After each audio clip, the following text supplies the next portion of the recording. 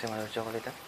মই কেচি জাতীয় বিদ্যালয়ৰ পৰা উন্নয়ন 89% লাভ কৰি এইবাৰৰ HSLC এক্সামিনেশ্যনত ভাল ফলাফল দেখুৱাইছোঁ। মই এই ক্ষেত্ৰত মোৰ নিজৰ বিদ্যালয়খনৰ শিক্ষক শিক্ষয়িত্ৰীসকল তথা মোৰ পেৰেণ্টছ আৰু মোৰ দাদা আৰু লগতে সমূহ ৰাইজক মই ধন্যবাদ জ্ঞাপন কৰিছোঁ। পঢ়াৰ কথা ক'বলৈ গ'লে মই প্ৰায় 8 ঘণ্টা পঢ়িছিলোঁ। আগলৈ মই এজন সুনাগৰিক হৈ এজন প্ৰশাসনিক বিষয়া হ'বলৈ চেষ্টা কৰিম। আজৰি সময়ত মই এনেই চেছ খেলোঁ।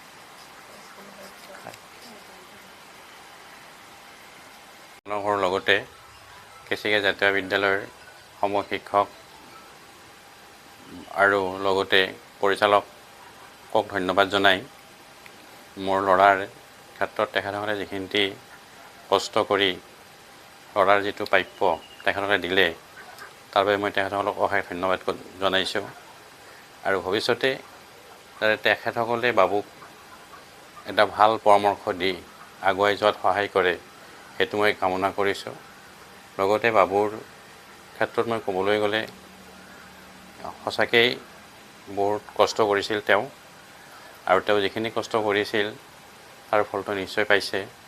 আৰু ভৱিষ্যতলৈ তেওঁৰ যিটো আশা সেই আশাটো পূৰণ হোৱাৰ কাৰণে মই ভগৱানৰ ওচৰত প্ৰাৰ্থনা জনাইছোঁ।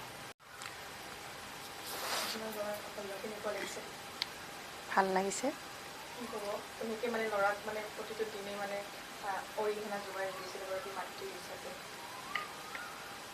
আছিলে মই সেই লগতে থাকোঁ, পঢ়াৰ ক্ষেত্ৰত বা খোৱা লোৱাৰ ক্ষেত্ৰতো যোগান ধৰি থাকোঁ।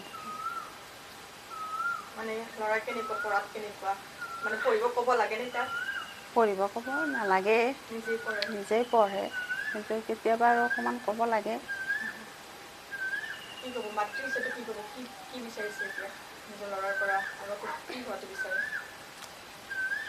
আগলৈ